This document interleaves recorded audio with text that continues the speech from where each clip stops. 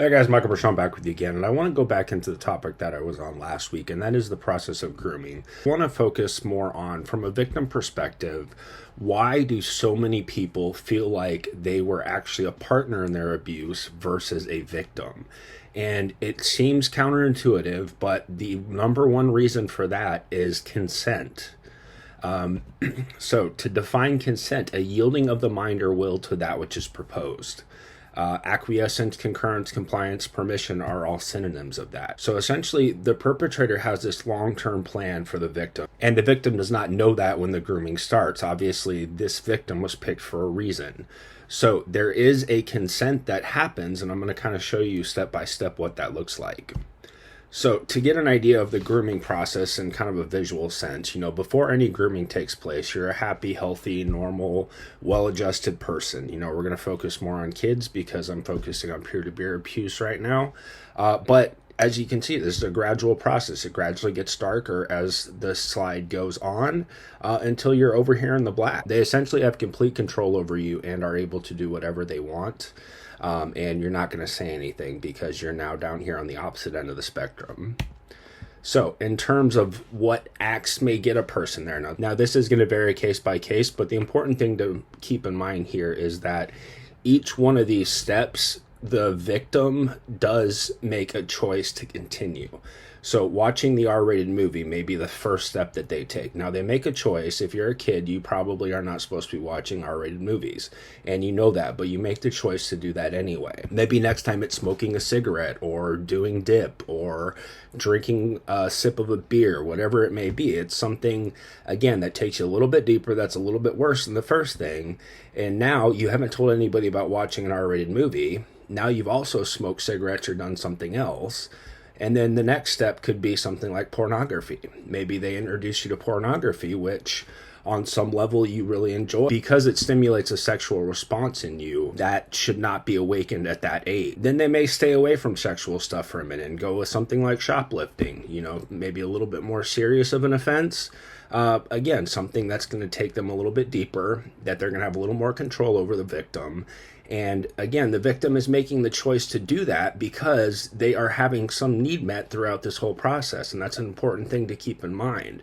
So you say, why would a person continue down this road? Well, first off, they don't know where it's heading. And second off, they are having some need met in this. I'll use my story as an example. For me, I had a very, very, very limited friend group. I had 3 friends that I was essentially allowed to hang out with. And one of those ended up being my abuser. But the reason I kept going back was, one, I felt like I couldn't tell my parents any of the other things that had happened. So how was I going to tell them about the abuse? On some level, I knew that I was making a choice to continue to go over and hang out at his house, despite the fact that in the end, I knew what was going to happen. And that's why this process is so manipulative, so thought out, and why it is so damaging to the victim. So now we're maybe at the halfway point, still haven't done any actual abuse. Nothing's gotten sexual other than maybe the pornography. From there, it's going to turn towards something like sexually charged talk. Now, again, you're not taking any actions, but again, you're crossing another boundary because 2 kids should not be talking about sexually charged things. Again, the victim hasn't said anything, so now the next step's going to be getting a little more physical. So maybe now it's inappropriate touching. From there, it could go into something like masturbation. Maybe it's mutual masturbation. In my case, I had to masturbate my abuser, or anything along those lines. It's essentially this progression. It's now crossed the threshold where there's no question that it is abuse and it is sexual in nature. And as you can see, the victim has made all these small steps. Every time they chose to follow through on that action, they were in a sense giving their consent to the ultimate plan that this perpetrator has. Not obviously knowing where it's going to go, but that's the whole point, is it's the small steps that get you stuck more and more over time. Another example I like to use is a quicksand. Quicksand on the surface may not look any different from the rest of the ground that you're walking on, but you step into it, and the more you struggle against it, the deeper it's going to get you until at some point you're completely submerged and you're essentially helpless. So what is the end result of all this? Now, as you go through that whole grooming process, you're going to slowly lose a piece of yourself with each step. And the end result is that you, at the end, most of the time, will feel like a participant and not a victim in this. So what you're going to do is just put on a mask. There will probably be behavioral issues. There will probably be other things, but most of the time that does not get attributed to what has actually happened to this person. It gets attributed to, if it's a teenager sleeping in, well, they're just being a teenager. If it's a kid acting out, well, that's just a rebellion type thing. Whatever it is, it's generally not accurately connected to the source of the actual problem. And it is a cry out for help, but it is not read or responded to like that in most cases. So the end result is that you end up putting a mask on, and each time that cry out for help is rejected or not heard, that sends you a little bit deeper and makes it a little bit harder to come back from. While physically and outwardly nothing may appear like it's changed, the reality is that they're very much going to be living a lie at that point.